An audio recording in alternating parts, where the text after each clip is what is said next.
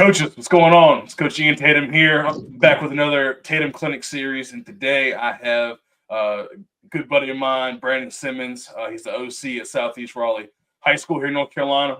Coach is going to come on and talk to us a little bit about passing game.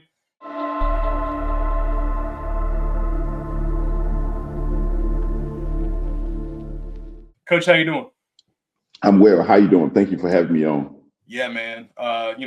We've been following each other on Twitter for a while, and you do great stuff, highlighting clinics with your NC Football Connection Twitter page. Make sure you follow that. You pretty much can find out anything you want to know, when it comes to learning and off-season stuff. So, but Coach, you want to go ahead and share your screen? I'm gonna back out, and we can get the roll and talk about some offensive passing game. Absolutely. Is it full screen now? Yeah, it is. You're good. All right, perfect. Absolutely. Well, like always, anytime that you and I get a chance to cross paths, it's a beautiful thing. We're a lot like each other. During the off season, we're at multiple clinics, collaborating, and the ultimate goal is to bring everybody together. So with that being said, tonight's focus is going to be about installing the passing offense. So first things first, while putting this thing together, the first question I ask myself is, what would my younger self ask if I wanted to be an offensive coordinator? Like most coaches, just starting off as a positional coach, working my way up the ranks. These are a few ideas that I thought about. Okay, so first I'm gonna start off before I dive head first into the passing game. I'm first going to touch on developing your offensive package. Okay, so first things first. If you're an offensive coordinator or you desire to be an offensive coordinator, in your mind, you need to define your job as an offensive coordinator, okay, and the approach that you want to take. And the reason why it's important that you do that is so that when you are putting everything together, you're staying true to self, okay? Two, recognize your role as a teacher. Make no mistake, coaching is very, very fun and it's very important, right? But at the end of the day, we all are teachers. So, anytime that an athlete approaches you, your goal is to teach them like a student, okay? Prepare any game plan involves four main elements, okay? It involves size and scope of the offense, okay? Outline the situational offensive needs, implementing game plans, and most importantly, addressing game day needs, okay? Always keep the four key measurable categories in mind when you are working on a game plan, okay? This right here can very well be the difference between winning and losing, and make sure that your categories are measurable, okay? So it boils down to turnovers, okay? Whoever protects the ball likely will win. Explosive plays, whoever can generate the most explosive plays will win. First down efficiency, okay? Our goal is to always pick up four or more. And then lastly, red zone efficiency is also important, okay? So when you are designing your offensive package, always begin with these four main elements and these key measurable categories, okay? All right, so now we're going to segue to organization, okay? So when you think about pass game, it's a very broad term, right? But I'm a simple person when it comes to breaking stuff down. So anytime that I'm working on the passing concept, I always organize it into three types of passes, okay? So the first pass is drop back pass, okay? The second pass type is play action. And the third type of pass is break contain, okay? Before you can even remotely begin installing anything, you must first identify what type of pass you want to install, okay? And most importantly, always build your passing game around your quarterback skill set. So first, let's talk about the first play type or the first pass type, okay? So drop back pass. This is common. You see it every Saturday, you see it every Sunday, and you see it a lot in high school, okay? But when I think about drop back pass, I break that concept into these three categories, okay? So first, again, being raised in the under center age, right? Everything to me makes more sense when I use this terminology, okay? So the first type of pass is 3-step, followed by 5-step, and then 7-step, okay? So 3-step, when I'm thinking about this type of passing concept, I'm thinking about quick game, okay? For example, you see hitches, okay? RPOs, slants, so anything that's quick so that the ball is coming out of the quarterback's hands fast. Okay, so from under center, the quarterback would take a 3-step drop, and by the time his back foot hit the ground, the ball should be coming out. Okay, in the gun, some coaches teach quick three, some coaches teach catch and throw. You know, whichever your approach is, that's perfectly fine. Okay. The second type is 5-step. Okay. So when I think about 5-step, I'm thinking about your intermediate throws. Okay. Perfect example of that. Floods, curl. Okay. This picture here, this diagram here is a flood concept. Okay. Where number 1 runs a vertical, number 2 runs an intermediate, and number 3 runs a flat route. Okay. Standard triangle read. Okay. And then the third type is 7-step. Okay. So here, downfield throwing. Usually offenses have max protection so they can take their shots downfield. This diagram here is 2 vertical routes downfield. But another common deep passing concept is double post or even post corner. Okay. All right. So the second pass type is play action. Okay. So in your passing offense, this typically makes up about 25% of your passing concept. There's 2 types. Okay. In our offense, we use pocket and then we use roll. Okay, so the first play action is pocket. So here we typically package the first play action with our most productive run, and then diagram to the left, you see that quarterback is going to, create a nice little mesh with the running back. Offensive line is typically big on big or half slide, whatever you want your protection to be. But the ultimate goal here is to throw an explosive play downfield. Okay. Typically, quarterbacks like these types of plays because they feel nice and protected. Okay. The second variation of play action pass is the roll. So the only person that really changes in most cases is the quarterback. Okay. So here you want to sail mesh, typically a perimeter like run, and then have your quarterback to half roll or even full roll. Okay. But that's play action. And the third pass type is break contain. Okay, so in this world, I characterize it by packaging waggle bootlegs. That's one, and then sprint out. Okay, but the ultimate goal of this type of passing is to move the spot for your quarterback. Okay, because we all know, sometimes on Fridays, you're asking your offensive lineman to block some, a 4-star, 5-star, and then sometimes that's not enough. So to keep the anxiety down for your quarterback, the ultimate goal is just to move the pocket, okay, which is the third type of pass, break contain. All right, so this side here, let's talk about it. So other things to think about when you're installing a passing offense, okay, is the type of defenses. And I get it. We as offensive coaches, we love offensive football. We spend all our time watching offensive football. But my opinion, in order to be an efficient play caller, you must also understand defensive football as well. So therefore, off season, if you haven't done so already, I highly recommend that you consider sitting through a few defensive sessions so that you can understand a little bit more about defensive football. Okay. But when you're working on a passing concept, okay, you need answers to these common looks. Okay. So the first common defensive look is base defense. Okay. This basically means that the defense is going to rush 4 and they're going to drop 7. Okay. Sometimes they'll drop 8, but typically they drop 7. Okay. The second type of defense that your passing concept must be prepared to attack is blitz. Okay. Here I define blitz as 5 rushers. Okay. Well, obviously, if there's 5 rushers, that means that there's 6 droppers. Okay. And then the third type of blitz, or the third type of defense to prepare for, is max blitz. Okay. This is high risk, and I define that as a defense that's rushing 6 or 7. Okay, which also means that they're going to drop 5 or 4. Okay, in the coverage. Okay, and all your passing concepts always have a pressure plan for your quarterback. Okay, again, I'll say it again. When you're developing your concepts, always have a pressure plan for your quarterback. Okay, and we'll talk about that a little bit more.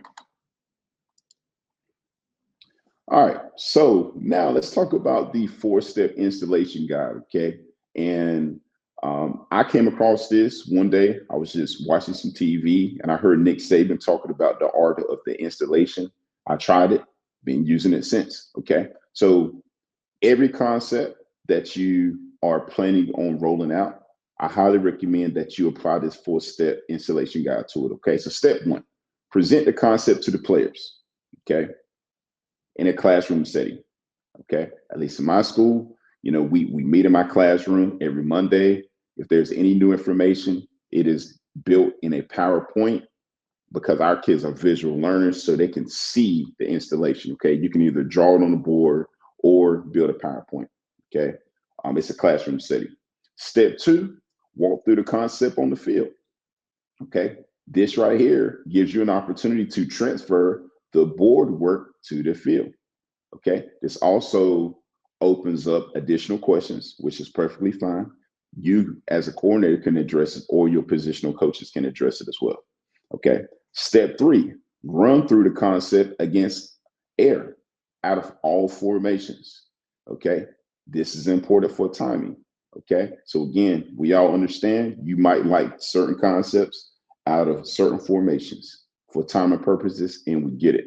But before you install a concept, I highly recommend that you draw that concept out of all your formations. Okay. And then step four, run through the concept against a defense out of all your formations. And the goal here is to focus on the execution. Okay. Most important, remember, the field is an extension of the classroom. All right. So next, let's talk about pure progression versus coverage progression. And again, this is more so through the lens of the quarterback. Okay. So I'm a quarterbacks coach, so I get a chance to spend a lot of time with veteran quarterbacks, freshman quarterbacks. Okay. Here, we're going to talk about the pros and cons of both approaches. Okay. But let's first define what pure progression means. Okay. All it simply means is that no matter the coverage, your quarterback is going to work through a progression. He's going to look at receiver number 1, number 2, number 3, number 4, regardless of the coverage. Okay. On the other side, okay, you have coverage progression. Okay. Here, the quarterback is going to look at one defender always. Okay. And that defender is going to tell the quarterback where to go with the ball. Okay. Again, both approaches, I've worked in both systems. It is perfectly fine. I'm fine either way. Okay. But just know the pros and cons of each. Okay. So let's first talk about the cons of pure progression. Okay. So, and you have to be okay with this if you go with this approach. Okay. First, the quarterback doesn't see the defenders. Okay. Which means in today's high school game, where defenses are starting to move around and bluff and stun and high coverages. Okay. You have to be okay with your quarterback occasionally throwing an interception. Okay. And the reason why is because he doesn't see a defender. He is looking squarely at a receiver. Okay. Another negative is just a lack of defensive recognition.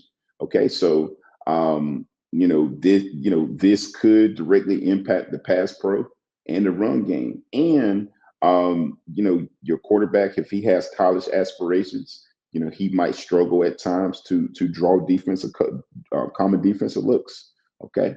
A third negative to this approach is holding the ball to get through the progression. Okay. So this quarterback, he's always going to start with receiver number 1, work to 2, work to 3. But sometimes the defense might send more guys than the offensive line can block. And, that's just, that's an unfortunate situation, about that. Okay. Then the fourth negative to this approach is the first guy open might not necessarily be the best guy.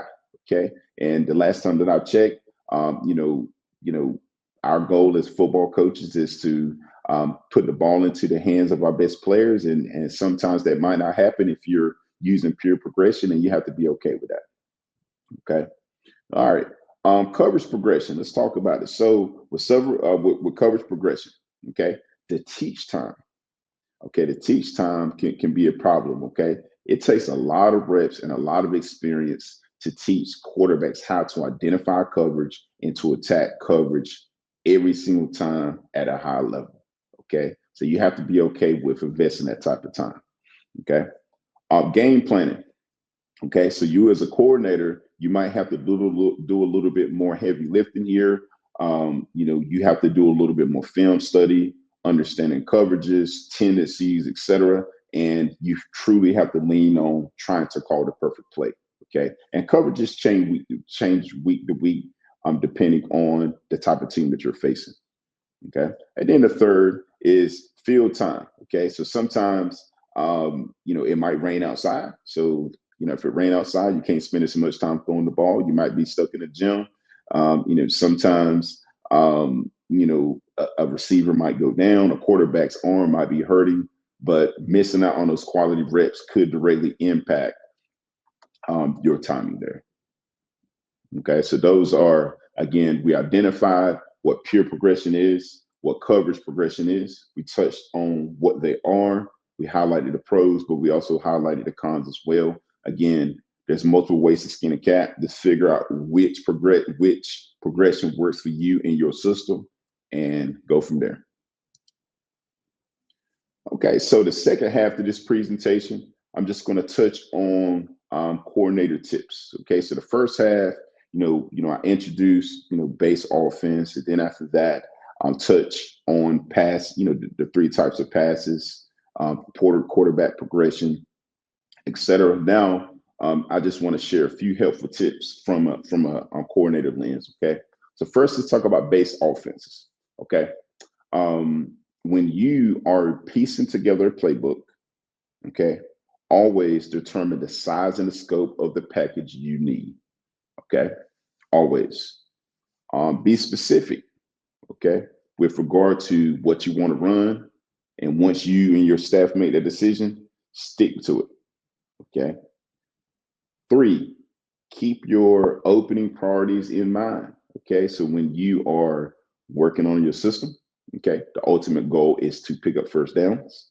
Okay, the ultimate goal is to stay ahead of the sticks, so that third down is not as challenging. And then most importantly, your ultimate goal is to create explosive plays.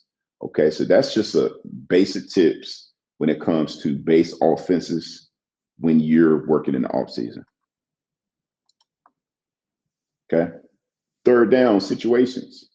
Okay, again, like the base offense, when you're working on third down situation, determine the size and the scope of your package. Okay, recognize the success ratio that you are to expect in each phase. Okay, I understand that third and long, third and medium, and third and short is defined differently by everybody, but here are the general statistics. Okay, so on third and long, okay, in my world, I define third and long as third and 11 plus. Okay, the conversion rate is about 20 to 25%. Okay, third and medium, okay, the conversion rate is about 45 to 50%. Okay, and on third and short, the conversion rate is about 75 to 85%. Okay, so again, when you're building your offensive third down package, passing concepts, keep these things in mind. Okay, always leave your options open for your quarterback. Okay, and most importantly, and this is something I've been doing for years, always have a meeting with your quarterback. Okay, always have him to draw the concepts, talk to him about the passing situation, and most importantly, always ask him what did he like in that situation. Okay, I know we as coordinators sometimes, that's asking a lot from a young kid, but you'll be amazed on what that kid will share with you when he is in a stressful situation. Okay, because at the end of the day, we're not on the field, the quarterback is on the field, and the ultimate goal is to make him as comfortable as possible. Okay. All right. Not saying that you have to do everything that he wants you to do, but give him some say. Okay. Trust him that teach him correctly and give him some say in the matter. Okay. Always have a plan to handle the blitz. Okay. And most importantly, match your plays by personnel and formation. Okay. The next tip, red zone and pre-red zone. Okay. So I define pre-red zone as fringe. So that's, basically the 40-yard line, after the 50 to 40-yard line, just before the 30. Okay. Determine the size and scope of your package. Okay.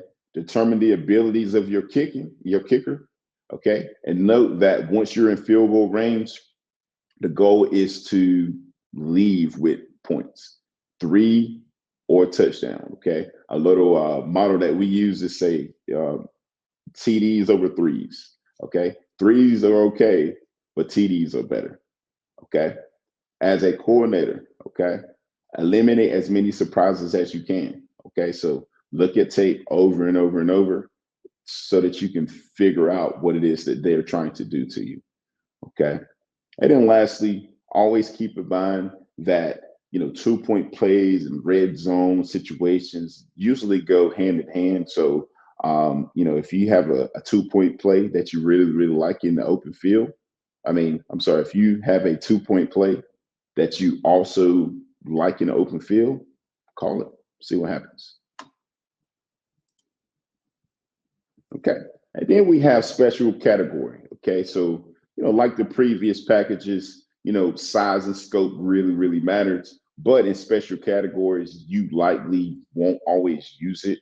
Okay. A perfect example of that is backed up offense. Okay. I define backed up offense as, the ball inside of -5, right? You might not always need it, but it's always good to have it.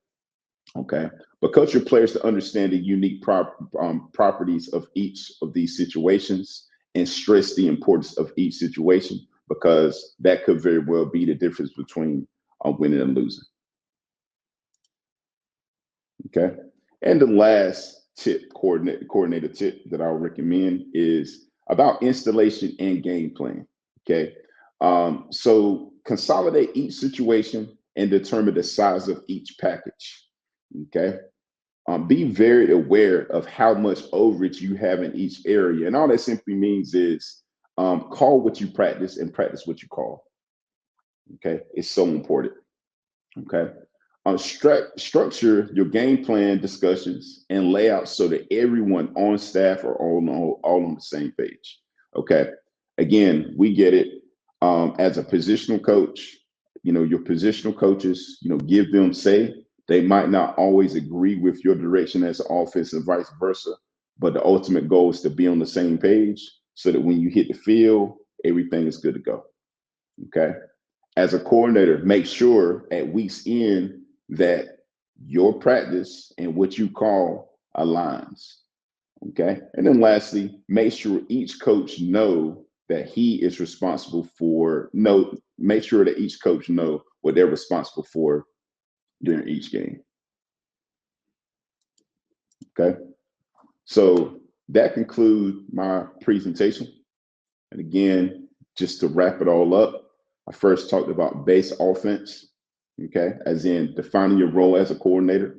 Then after that, we segue to the types of passes, okay, where we talked about drop back pass and play action pass and break contain. And then we concluded it all with, just a few tips to help, inspiring coordinators.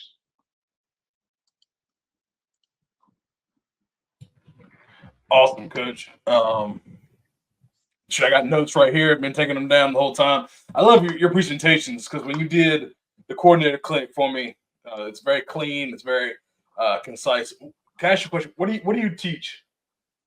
What do I teach? Yes. I'm a business teacher. So I teach accounting and entrepreneurship. Yeah, because like just the way you teach, the way it flows, and you recap every so often. It's very easy to learn and to stay focused on it. So I really appreciate that a lot. Absolutely, and again, the art of coaching in my experience is also the art of teaching, and it's a true story. I mean, if you pride yourself on being a good coach, you'll also pride yourself on being a good teacher. I understand, being great at both is very, very hard. But if you align your mind to that logic, like, hey, coaching is teaching, teaching is coaching, it's going to come together. The only thing that you change is the subject matter. Okay. Yeah. So the way I teach my players is the way I teach my students. The only thing that changes is, instead of talking about accounting principles, we're talking about football concepts. That's it. Yeah. I love it. Well, Coach, I really appreciate you coming on and detailing that for us. Guys, if y'all want to check out Coach, he's on Twitter. His Twitter's right there on his name right there. And then, again, follow NC Football Connection. He'll be sharing out stuff all off season, place where you can find resources to learn, get better, even clinics to attend. So, Coach, I'm going to let you go today. Anything you want to say for the folk before we let you go? Like always, appreciate your support, your attention to details, doing a great thing of uniting not just coaches in North Carolina, but coaches from across the country. And I truly do appreciate your contributions to this great game. Like you said, the purpose of NC Football Connections is to grow the game in North Carolina. And again, we're welcome to all coaches from all across, but the goal is to push North Carolina high school football forward. So again, whenever you have a moment, give it a follow. We're pushing out clinic information, job opportunities, and much, much more. So I appreciate all you do, Coach Tatum, and appreciate your support. Yes, sir. I'll catch you online, and I'll catch you at some Absolutely. clinics this offseason. Absolutely. Take it easy. Thank you for having me. Yes, sir. You too.